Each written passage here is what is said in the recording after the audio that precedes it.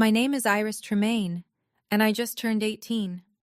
At my birthday party last night, my dad pulled me aside and whispered, "When this is over, you're going to sign some papers for Uncle Wade. Just a formality." I smiled. I nodded. Then I walked into the kitchen, opened my laptop, and quietly transferred my entire multi-million-dollar inheritance from my grandparents into an irrevocable trust, just as a precaution. The next morning, my parents and my younger sister found out that the cabin, the savings, the investments, everything, was locked behind a legal wall they couldn't touch. My dad turned white. My uncle, who had already signed a deal to sell property he never owned, called a lawyer. Before I tell you what happened next, please hit like and subscribe. Drop your city and local time below. I love knowing where you're listening from. Now let me take you back 6 years, to a summer at Cedar Lake, when my grandfather said something I didn't understand until last night. The summer I turned 12, my grandfather Harold Tremaine picks me up in his truck and drives me 40 minutes to Cedar Lake. The cabin sits back from the water, surrounded by white pines so tall they block the afternoon sun. The porch sags on one side. The screen door doesn't latch right. It smells like wood smoke and old books and something sweet I can never quite name. "Grab the other end," Grandpa says, lifting a fence rail. I do. We spend the morning replacing 3 rotted posts along the south side. He doesn't rush me. He shows me how to check for soft spots by pressing my thumb into the grain. If it gives, it's done.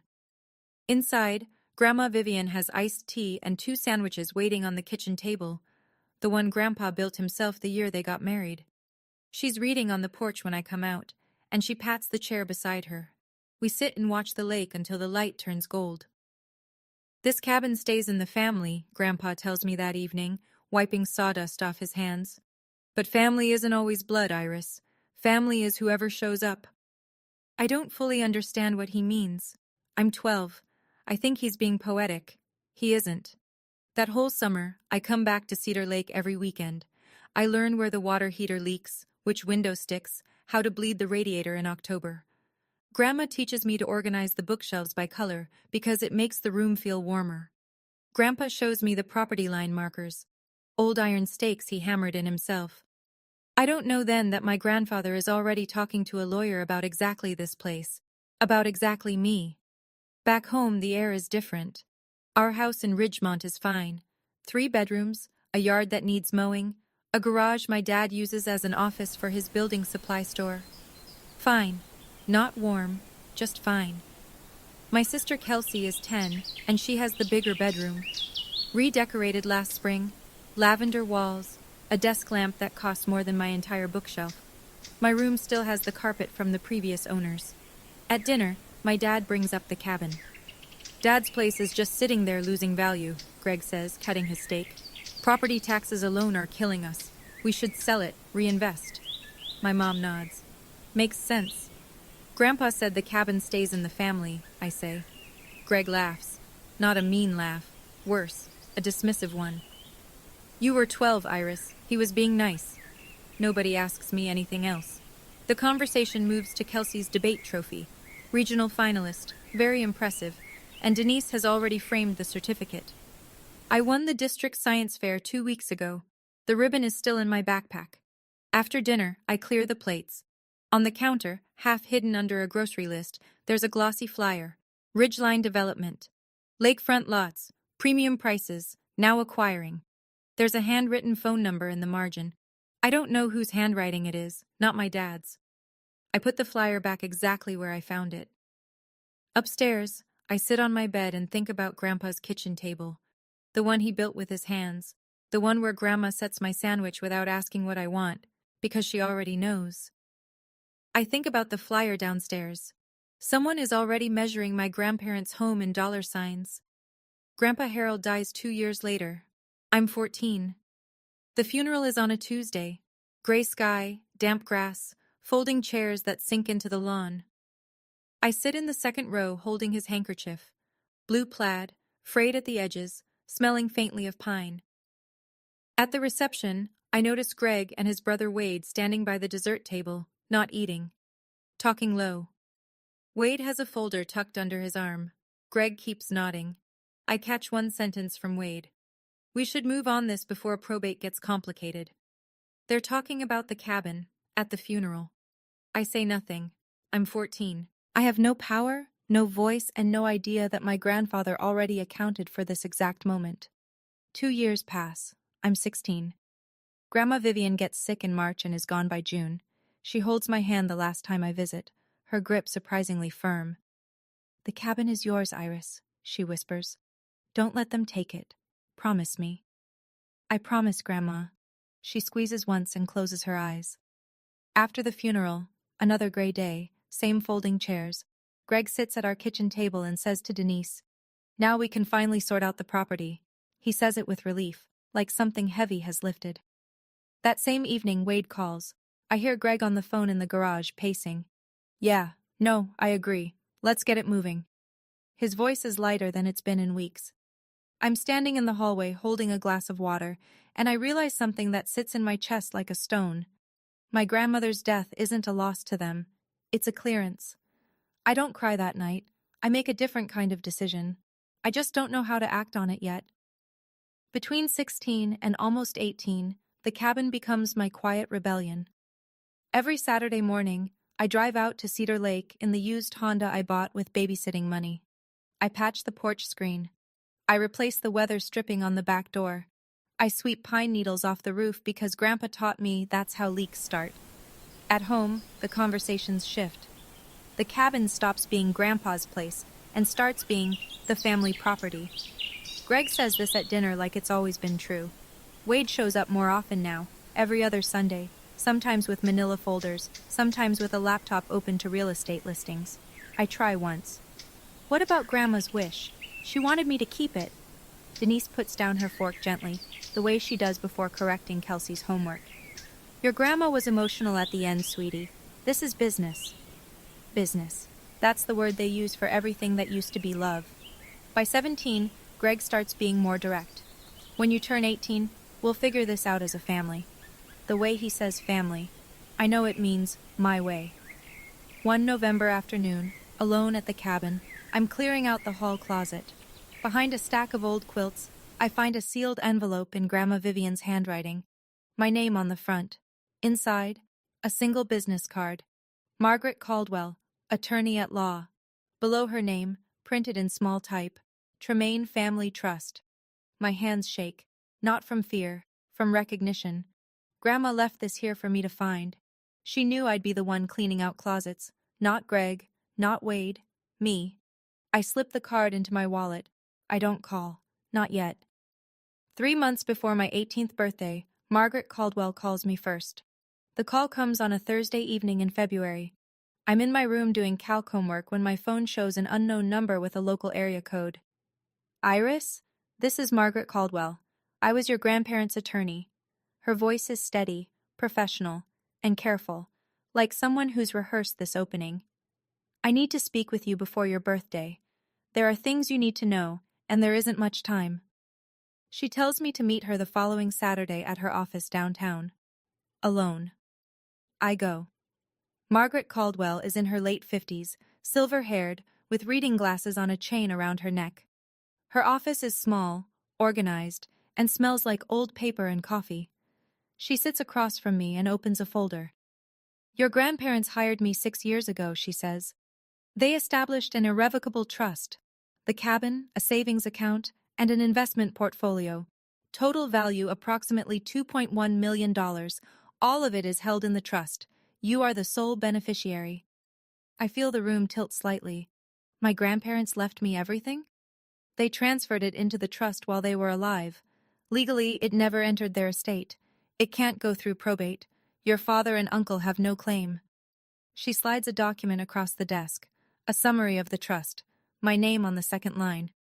"The title to the cabin was recorded under the trust at the county recorder's office 6 years ago. Your father doesn't know that." "Why didn't they tell him?" Margaret pauses. "Your grandfather said, and these are his words, 'My sons will sell that cabin before the funeral flowers wilt.'" The room is quiet. I stare at the paper with my name on it. "There's something else," Margaret says. "Someone has been making inquiries at the county recorder's office about the cabin's title, within the last month." I start paying attention after that meeting. Not suspiciously, just quietly. The next Sunday, Wade comes over for dinner. Afterward, he and Greg disappear into the garage. The door is open a crack, not enough to see, but enough to hear. Wade's voice. I already signed the purchase agreement with Ridgeline, $450. But we need the title clean before closing. Greg. How do we get it clean? Quitclaim deed. Dad's gone, Mom's gone. We're the legal heirs. We quitclaim the property to ourselves, record it, and sell. Is that legal? It's a standard real estate transfer between heirs. Nobody's going to question it. A pause. Then Greg, quieter. What about Iris? My chest tightens. Wade's answer comes fast, like he's already thought about it. She's 17, Greg. She can't do anything. And by the time she's 18, the sale goes through. Done deal. She'll be upset. She'll get over it. We'll give her a cut. 50 grand for college. She should be grateful. I step back from the garage door. My hands are cold. Wade has already signed a purchase agreement, $450,000, with a development company, for a cabin he doesn't own, on land held in a trust he doesn't know exists. That night, I sit on my bed and text Margaret 2 words. They're accelerating. Her reply comes in 3 minutes. I expected that. Come see me Saturday. We'll prepare everything you need. I close my phone and stare at the ceiling. In the next room, Kelsey is watching a show, laughing at something. Downstairs, my parents are loading the dishwasher, talking about weekend plans like nothing is happening. And in the garage, somewhere in Wade's folder, there's a contract that's already worthless. He just doesn't know it yet. Saturday. Margaret's office. She lays out the timeline on a legal pad, drawing lines between dates like a battle plan. The cabin title is already under the trust. If Wade files a quitclaim deed, the county recorder should reject it because the chain of title won't match.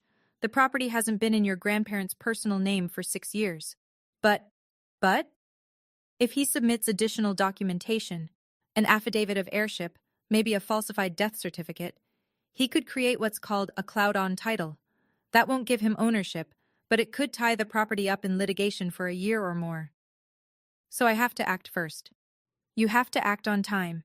She taps the calendar. The moment you turn 18, you're a legal adult. You can formally accept the role of successor beneficiary. Once you sign, I file a lis pendens, a public notice of legal interest, at the county recorder's office first thing the next morning. That freezes the title. Nobody can record anything against it. I nod. What do I need to do? Show up, sign one document, I'll handle the rest. I sit with that for a moment. Should I tell my parents? Margaret takes off her glasses. Your grandfather specifically asked me to protect you, Iris, not to negotiate with them. I drive home. Greg is in the kitchen, cheerful. Good news, kiddo. I'm throwing you a birthday party. Whole family. Saturday night. It's a big one. 18. He smiles. Denise smiles. Even Kelsey claps. I smile too. My dad is planning my birthday party. My uncle is planning to sell my grandmother's cabin. And I am sitting at the kitchen table smiling, because in 9 days I am going to let them think everything is going exactly according to their schedule. I'm going to be honest with you. Sitting in my room that night, knowing what was coming, was one of the hardest things I've ever done. Part of me wanted to walk downstairs and just say it. Dad, I know. But Margaret was right. If I tipped them off, they'd find another way around it. So I stayed quiet, and I waited. Here's what I want to ask you. Have you ever had to stay silent to protect yourself, even when every part of you wanted to speak up? Tell me in the comments. I read them. And if you haven't already, hit that subscribe button, because this story is about to turn. 5 days before my birthday, my mom sits down next to me on the couch. She's using her "let's talk like adults" voice, soft, practiced, slightly rehearsed. Now that you're almost 18, Denise says, there are some family decisions we should make together. Together. The word lands like a costume. The cabin costs money to maintain, she continues. Taxes, insurance, repairs. Your dad's business has been struggling, and if we sell, we could pay off the debt and set up a college fund. For you and Kelsey, both of you. Grandma wanted me to keep it. Denise's expression shifts, a flash of impatience, quickly smoothed over. Your grandma was very sentimental at the end, Iris, but sentiment doesn't pay property taxes. Greg walks in right on cue. I wonder if they planned this. I've already talked to a buyer, he says. Good price, fair deal. Who's the buyer? He blinks. A development company. Wade knows them. What company? A longer pause. Ridgeline something. They're reputable. I don't push further. I'll think about it, I say. Greg pats my shoulder. That's my girl. He walks away satisfied, like he's just closed a negotiation. Later that night, Kelsey knocks on my door. She's in pajamas, hair still damp from the shower. Iris? Yeah?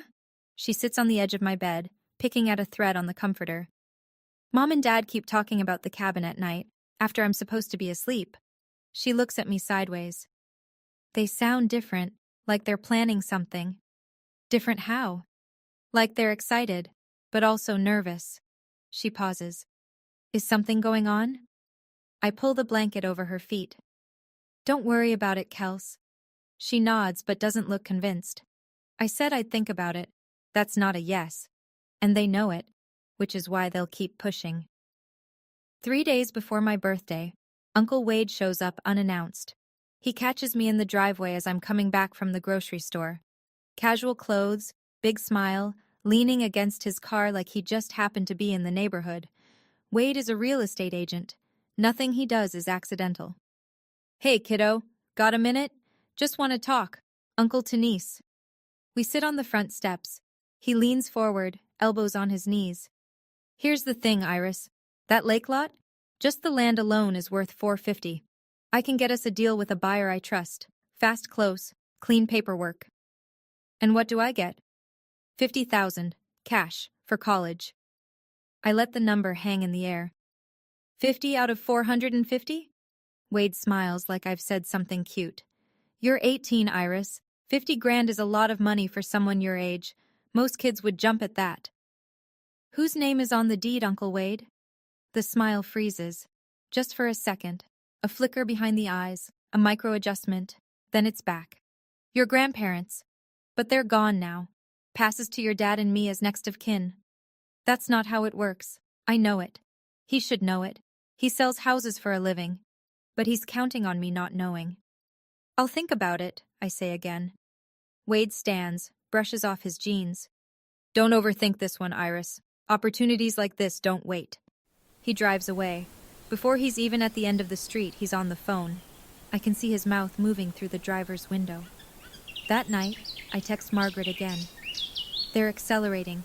She replies, stay the course. 3 more days. 3 more days. I can do 3 more days. The night before my birthday, I drive to the cabin alone. The road is quiet. Cedar Lake sits flat and dark under a half moon, and the pines along the bank look like cutouts against the sky. I park in the gravel patch Grandpa leveled himself, walk up the porch steps, second one still creaks, and sit in the chair next to the one that used to be his. The air smells like rain and pine resin. I check my email. Margaret has sent the full document package, the acceptance of successor beneficiary form, the beneficiary designation confirmation, a 1-page summary of the trust terms. Everything formatted, flagged with sticky tabs, ready for a signature. My signature. At midnight. I read each document twice. Then I close my laptop and listen to the lake. Grandpa used to sit right here and say, patience isn't weakness, Iris, it's timing. I always thought he was talking about fishing. The tears come without warning. Not a collapse, not a breakdown, just a quiet overflow that I let happen. I cry because I wish this were different.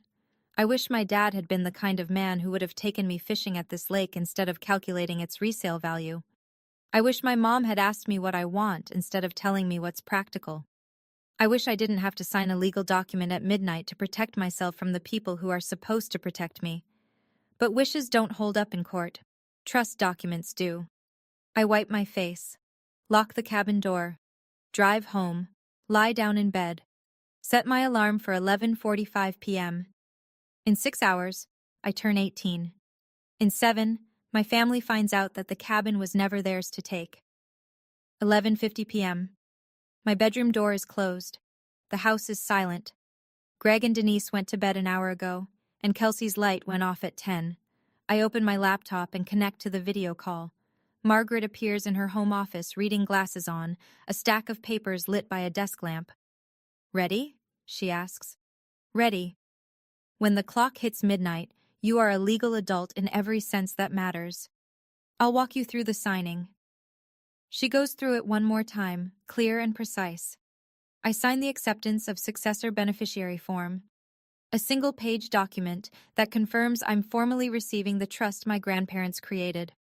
From that second forward, every decision about the trust's assets runs through me and Margaret as co-decision makers. "Now," she says, "first thing tomorrow morning, 8 a.m., I'll go to the county recorder's office and file a lease pendens. That's a public notice that says there's a legal interest pending on the property. Once it's recorded, no one can sell, transfer, or encumber the title while it's active." What if they've already filed something? Then whatever they filed will be flagged.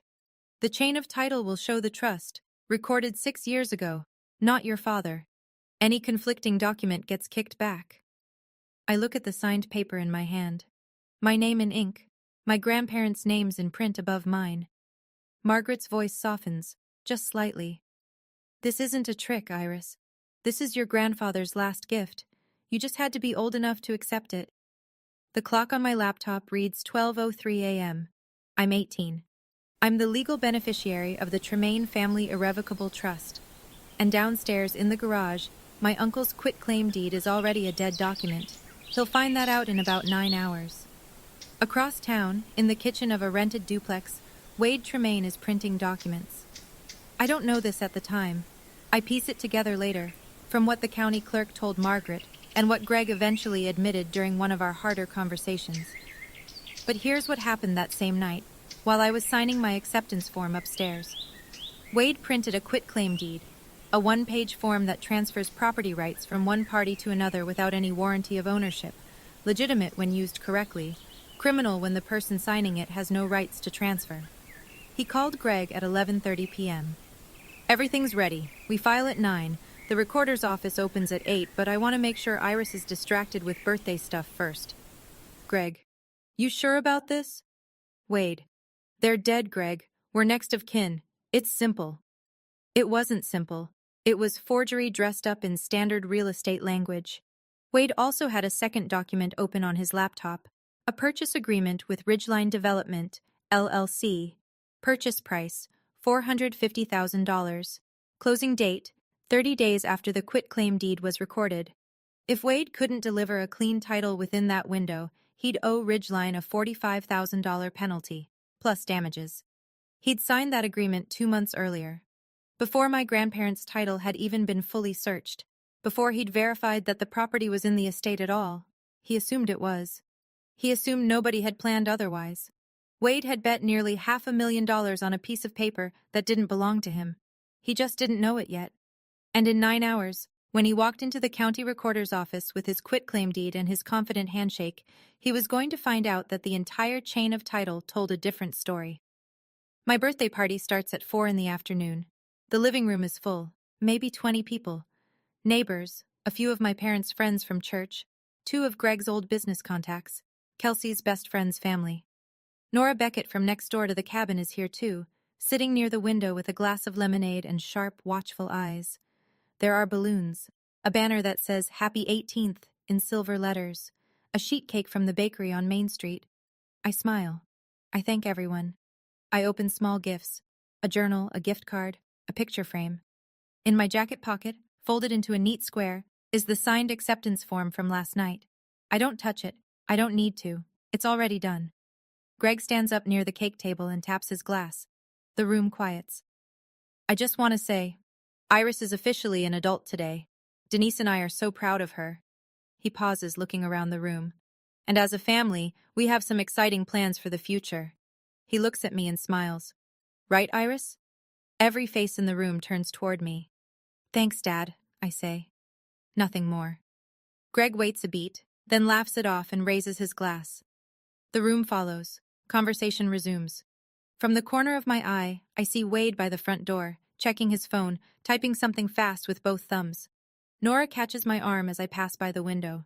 She leans in close, smelling like lavender hand cream. "Your grandmother would want you to know something," she says quietly. "I saw your uncle at the cabin last week, with 2 men in suits. They were walking the lot line with a measuring tape." Wade brought the buyers to the property before he even had the title. That's how confident he was. After the cake is cut and the plates are passed around, Greg stands again. This time his voice is louder, more deliberate, the voice of a man who's been waiting for an audience. "Before we wrap up, I want to share something with everyone." He puts his hand on Denise's shoulder. "Our family has been going through a tough time financially. Some of you know about the store. It's been hard." Sympathetic murmurs. "But Harold and Vivian, my parents, they left us something, the cabin out at Cedar Lake. And as a family, we've decided to sell it, to secure everyone's future. We've decided." I feel the words land on my skin like cold water. He's announcing it, in front of 20 people, like it's settled. He looks right at me. Iris understands. She knows this is what's best for all of us. Right, sweetheart? The room waits. Every eye finds me. Neighbors who've known me since I was small, Nora with her lemonade, Kelsey half hidden behind the couch. Denise adds, smiling, "It's what responsible families do. We sacrifice for each other." I set my fork on my plate. The clink is the only sound in the room. "I never agreed to sell the cabin, Dad." Greg's smile stays fixed, but the muscles around his jaw tighten. "She's kidding. Birthday nerves." "I'm not kidding." Wade steps forward from the doorway. "Come on, Iris. This isn't the time or place." I pick up my glass of water, take a slow sip, and set it down. "You're right, Uncle Wade. This isn't the time." I hold his gaze. "The time is 8 a.m. tomorrow morning." Silence. Wade's phone buzzes in his pocket. He doesn't check it. No one in the room moves. The guests start leaving after that. Polite goodbyes, tight smiles, the kind of exit people make when they can feel a storm building inside someone else's house. Within 30 minutes, the living room is down to family, Nora, and 2 neighbors who seem unsure whether to go or stay. Denise waits until the front door closes behind the last near stranger, then turns on me in the kitchen. Her voice is controlled but pitched, just loud enough to carry. "Do you have any idea what your father is going through?" She steps closer. "He might lose this house, Iris. Our house. The one you sleep in every night. And you're holding on to a cabin you visit on weekends?" "I visit every weekend, Mom." "That's not the point."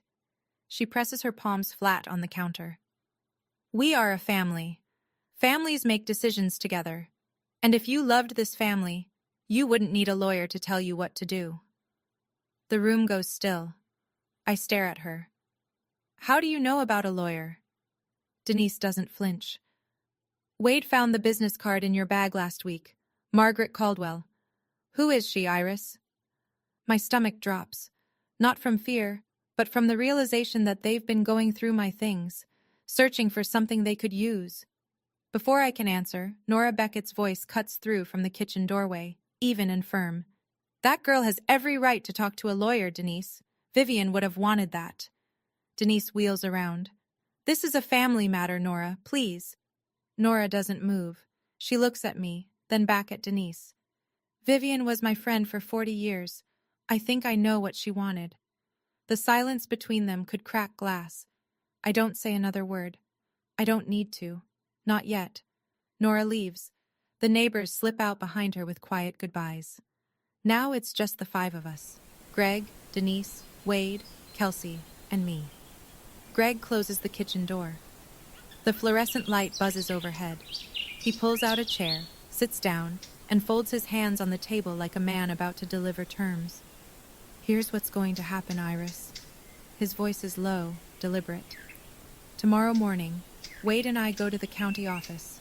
We file the paperwork. The cabin sells. You get your share, a fair share, and we move on as a family." "What's my share?" 50,000. "Out of how much?" Greg doesn't answer. Wade, leaning against the doorframe, fills the gap. "Don't make this harder than it needs to be." I look at my dad. "And if I say no?" Greg's jaw sets. "If you fight this, you're on your own. No more help with college. No more living under this roof. The kitchen is very quiet. The faucet drips once.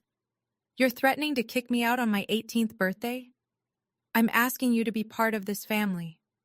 I push back from the table, stand up. My voice is steady, even though my hands aren't. I am part of this family, Dad. I'm the part that keeps promises. I walk past Wade, past Kelsey, who's sitting on the stairs with her knees pulled to her chest, and I go upstairs. I close my door. I sit on the bed and breathe. Greg thinks his deadline is 9 a.m. at the county recorder's office. He doesn't know that Margaret's deadline is 8. I sat on my bed that night holding the acceptance form I'd already signed at midnight. My dad had just threatened to remove me from my own family if I didn't hand over a cabin that was legally mine. My mom said I didn't love them. My uncle was planning to file a forged deed first thing in the morning. And all I could think was, my grandmother was right.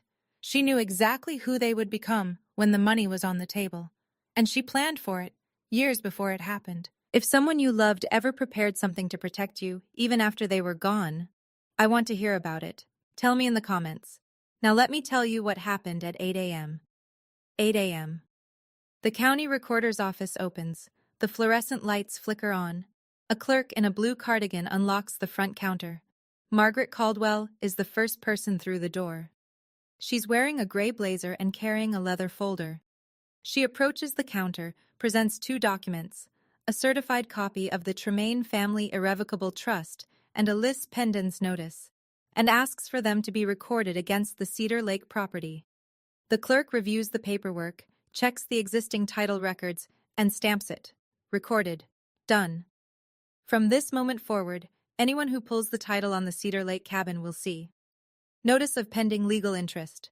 Tremaine Family Irrevocable Trust. Margaret Caldwell, trustee. Iris Tremaine, beneficiary. At 8:14 a.m., Margaret calls me. It's done. The lis pendens is recorded. The property is flagged. Whatever they bring in will be rejected on chain of title grounds. I'm sitting at the kitchen table eating cereal. Greg is upstairs getting dressed. Denise is making coffee. Normal morning sounds. Water running, a closet door, the clink of a belt buckle. At 8:30, Greg and Wade come downstairs together. Greg is wearing a button-down shirt, his business shirt, the one he wore to bank meetings before the store went under. Wade has a folder tucked under his arm, same folder as always. We'll be back by lunch, Greg says, grabbing his keys. I look up from my bowl. Good luck, I say. Greg pauses in the doorway, looks at me. Something in my voice, maybe. Or something in my face. Then he turns and walks out. I rinse my cereal bowl. I dry it. I set it in the cabinet. And I wait. I'll never know exactly what their faces looked like, but I know what happened, because Margaret was still at the recorder's office when they walked in. She stayed on purpose. 9:05 a.m. Wade approaches the counter. He slides the quitclaim deed across with a confident nod. Greg stands behind him, hands in his pockets, looking around the room like they'll be in and out in 10 minutes. The clerk takes the document, types the parcel number into the system, reads the screen, types again, then she stops. I can't record this document, sir. Wade leans forward. Excuse me? The property title is held under the Tremaine Family Irrevocable Trust. It was recorded in 2020. There's also a lis pendens filed this morning. That's impossible, Wade says. My parents owned that property. Sir, the deed was transferred to the trust 6 years ago. The chain of title is clear. This quitclaim doesn't match the current ownership record. Greg steps up beside Wade. There's no trust. Our parents never mentioned a trust. The clerk glances between them. I'd recommend you speak with the trustee listed on the filing, a Margaret Caldwell. Wade's hand goes flat on the counter. His face drains. Margaret's name, the name on the business card they found in my bag, is now on a public record they can't erase. Greg turns to Wade, slowly. You said this was simple. I didn't know about any trust. You're a real estate agent, Wade. How did you not check the title first? Wade opens his mouth, closes it, opens it again. The clerk says evenly, Gentlemen, I'll need you to step outside if there's a disagreement. Margaret, seated in the waiting area near the door, watches them leave. She doesn't say a word. She doesn't need to. The call comes at 9:22 a.m. I'm sitting on the porch, watching the neighbor's sprinkler arc back and forth across the lawn. What did you do? Greg's voice is tight, shaking. I can hear traffic behind him. He's in the parking lot. I accepted what Grandpa and Grandma left me. That's all. You went behind our backs, with some lawyer we've never heard of. Margaret Caldwell has been the trust attorney for 6 years, Dad. You just never asked. A beat of silence. Heavy breathing. This is my parents' property, Iris. I'm their son. And they chose to leave it to me. I keep my voice even. Not because they didn't love you, but because they didn't trust you with it. The silence that follows is the longest of my life. I count the sprinkler rotations, 3 full arcs, before he speaks again. We'll fight this. You can try. But the trust is irrevocable. That means even I can't dissolve it. There's nothing for anyone to undo. You don't know what you're talking about. I do, Dad. I've had 3 months to learn. He hangs up. No goodbye. Just a click and dead air. I set the phone on the porch railing. My hands are shaking, not from anger, not from fear, from the weight of saying those words to my own father, from knowing that the man who taught me to ride a bike when I was 6 is the same man who just tried to sell my grandmother's home out from under me. I sit there until the shaking stops. It takes a while. Then my phone buzzes again. An unfamiliar number. A man's voice, brisk and corporate. Ms. Tremaine, this is Carter Briggs from Ridgeline Development. We need to talk. Carter Briggs speaks the way developers do. Fast, factual, and already calculating his next move before the current sentence ends. We have a purchase agreement with Wade Tremaine for the Cedar Lake property. He guaranteed clean title. We've just been informed there's a lease pendens on the parcel. That's correct. Can you explain the situation? Mr. Briggs, my uncle does not own that property. He never did. The cabin and the land have been held in an irrevocable trust since 2020. I'm the sole beneficiary. A pause, the sound of papers shifting on the other end. He represented himself as the heir. I understand, but representation doesn't create ownership. I'd recommend you discuss this with him, and possibly with your own attorney. Another pause, longer this time. Ms. Tremaine, is there any possibility of a sale? We'd be prepared to make a competitive offer directly to the trust. The property is not for sale. Understood. His voice hardened slightly. Then we'll be pursuing our remedies against Mr. Tremaine. I give him Margaret's number. Within the hour, she confirms to Ridgeline's legal team what I already told Carter. The trust is valid, Wade had no authority, and the purchase agreement was executed based on a misrepresentation of ownership. Ridgeline's response is immediate. They're pursuing Wade for breach of contract, the $45,000 penalty clause, plus damages. That afternoon, Margaret calls with one more piece of information. Her voice is careful but direct. Iris, the quitclaim deed Wade tried to file, it included a notary stamp. I had the recorder's office pull a copy before they rejected it. The stamp doesn't match any registered notary in the county. It appears to be forged. I close my eyes. That's a felony, isn't it? In this state? Yes. My uncle didn't just try to steal my cabin. He committed a crime to do it. Greg comes home at 2 in the afternoon. He moves through the front door like a man carrying something invisible and very heavy. Denise is already in the kitchen, arms crossed, face blotched from what I'm guessing was an hour of angry crying. I'm at the dining table. I don't get up. Greg sits down across from me. He stares at the table for a long time. I'm going to lose this house, Iris. His voice is flat, emptied out. The bank is on me for $180,000. The store is gone. That cabin was supposed to be our way out. I know you're struggling, Dad. I'm sorry about the business. Then help us. The cabin was never your way out. It was Grandpa and Grandma's gift to me. A gift? He almost laughs. For what? You're 18. What does an 18-year-old need with a lakefront cabin? It's not about what I need. It's about what they wanted. Denise steps in from the kitchen doorway. They were old, Iris. They weren't thinking clearly at the end. They were thinking clearly enough to hire a lawyer 6 years before they died.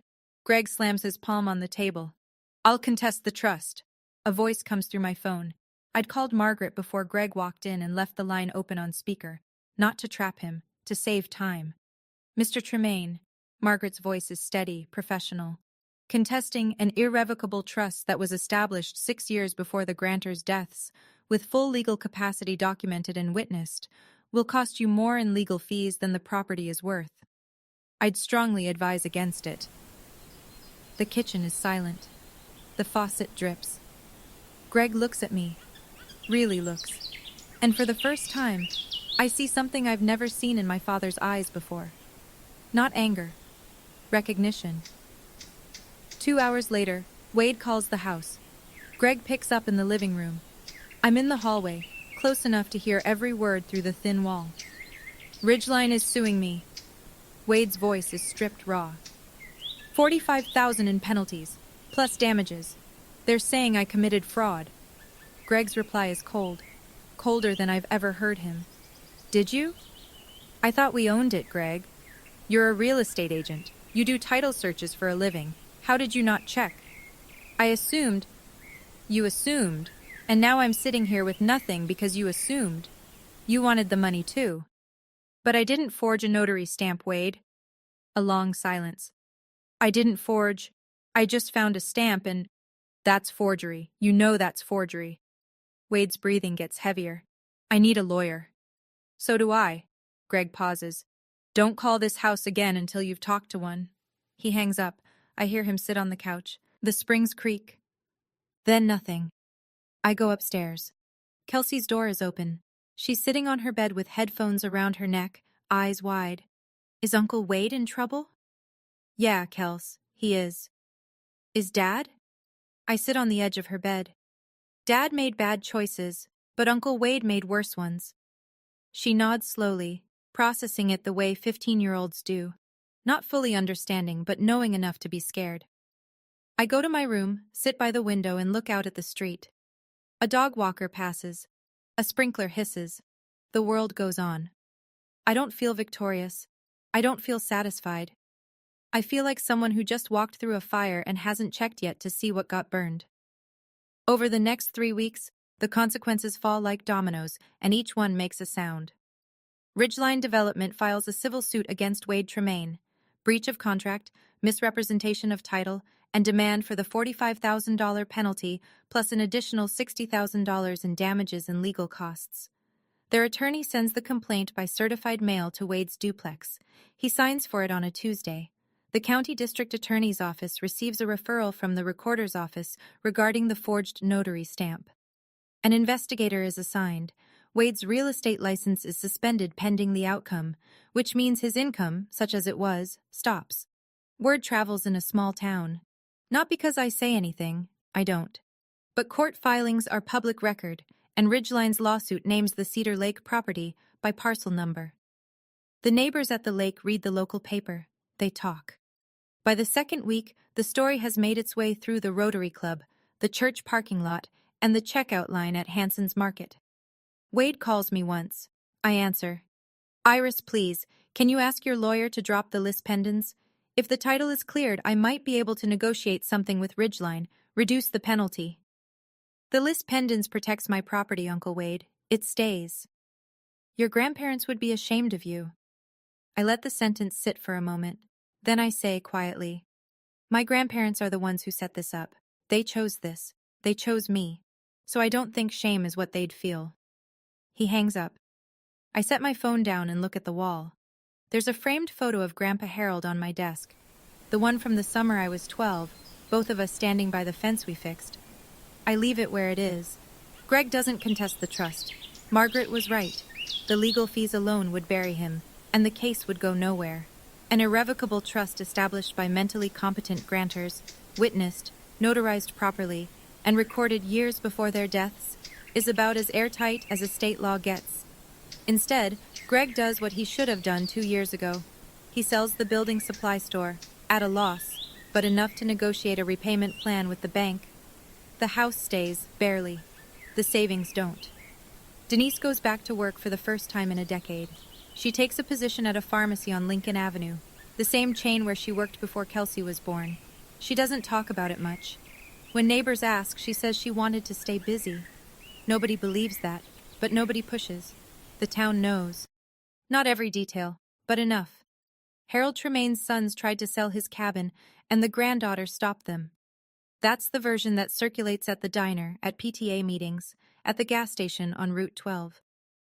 Some people think I was brave. Some people think I was cold. I don't correct either group. Greg and I don't speak for 2 weeks after that morning. The house is quiet in a way that feels permanent, like the silence has weight. Nora Beckett brings me pie one afternoon. Apple, still warm. Your parents made their choices, she says, setting the tin on my desk. But they're still your parents. Don't carry their shame. That's theirs. I nod. Then Kelsey calls one evening. She's at a friend's house, voice small. Iris? Yeah? I don't understand everything that happened, but I'm sorry they put you through this. My throat tightens. Thanks, Kels. Are you okay? I'm getting there. I drive to the cabin on a Saturday morning in late April. The dogwoods along the lake road are blooming, white and pale pink against the dark water. I unlock the front door with the same key Grandpa gave me when I was 14. In case you ever need to get in when we're not here, he said. I didn't know then that he meant permanently. The cabin smells the same. Pine and old books, and that sweet, faint something I've never been able to name. I think now it might be the wood itself. Decades of sun and rain soaked into the walls. I walk through every room. The kitchen table Grandpa built. Still solid, still level. Grandma's bookshelves, organized by color. The bedroom where she read to me when I was small. The porch where Grandpa and I watched the lake turn gold. In the desk drawer by the window, I find an envelope. My name on the front, in Grandpa Harold's handwriting. Margaret told me it would be there. She'd been saving it for after the trust was settled. I open it carefully. It's a letter. 1 page, written in blue ink, his handwriting getting looser toward the bottom the way it always did when he was tired. He tells me he knows his sons will try to sell the cabin. He doesn't blame them. Greg is his boy, and he loves him. But Greg never understood the difference between something that has value and something that's valuable. He says he chose me not because I'm perfect, but because I'm the one who asked whether the roof needed patching before I ever asked what the place was worth. The last line says, "Take care of it. It took care of you first." I fold the letter. I sit on the porch. I breathe. Margaret calls me the following week. Good news! The list pendants can be withdrawn now that there's no active threat to the title. Once it's cleared, the property record will show the trust as sole owner. Clean, no encumbrances, no clouds. And Wade? He settled with Ridgeline, paid the $45,000 penalty out of a personal loan. The deal is dead. As for the forged notary stamp, the district attorney's office is reviewing the case. He could face a misdemeanor charge, possibly a felony depending on how the investigation goes. And his license? Suspended indefinitely. He can petition for reinstatement, but not while there's an active criminal referral. I sit with that for a moment. I don't feel satisfaction. I feel the kind of exhaustion that comes after a long illness. Not sick anymore, but not quite well either. There's one more thing, Margaret says. In the trust documents, your grandparents designated a separate educational fund, $50,000, earmarked specifically for your college expenses. It's been accruing interest for 6 years. The current balance is just over $58,000. My eyes sting. $50,000. The same number Greg offered me as my share of the sale. The same number Wade dangled like a bribe. My grandparents had already set it aside. Quietly, without telling anyone. Iris, are you there? Yeah. My voice cracks, just barely. I'm here. Your grandparents would be proud. I just kept a promise, Margaret. I enroll at Ridgemont Community College that week, environmental science, with a minor in forestry. The campus is 20 minutes from the cabin, closer than my parents' house. I fill out the housing forms. Under current address, I write the cabin's address for the first time. It feels like coming home, because it is. I ask Greg and Denise to meet me at the coffee shop on Birch Street. Neutral ground. Not the house, not the cabin. Somewhere public, somewhere calm. They arrive together. Greg is wearing a flannel I haven't seen in years. One of Grandpa's, I realize. Denise has her purse clutched tight against her side, the way she holds things when she's nervous. We order. I wait until the cups are on the table. I love you, I say. Both of you. I need you to know that, because what I'm about to say might not sound like it. Denise's jaw tightens, but she nods. The cabin is not for sale. Not now. Not ever. I won't be made to feel guilty for keeping a promise I made to Grandma. A promise she trusted me to keep because she didn't think anyone else would. Greg stares into his coffee. I'm not cutting you out of my life, I continue. But if we're going to have a relationship, it has to be built on respect. Not on what I can give you financially. Not on guilt. Not on the idea that I owe you something because you're my parents. Denise starts to speak. We just wanted what was best for... Then start by being honest about what happened. You tried to sell something that wasn't yours. You threatened to kick me out. You went through my bag. She closes her mouth. Greg still hasn't looked up. When he finally speaks, his voice is rough. I don't know how to fix this. You don't have to fix it today. I stand. I leave enough cash for all 3 coffees. I'll call you Sunday. He nods. One small nod. I walk out into the sunlight. It's the most I can hope for right now. And that's enough. Kelsey shows up at the cabin on a Sunday afternoon in May.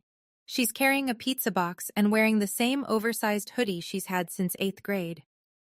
I brought lunch, she says. Hope you like pepperoni.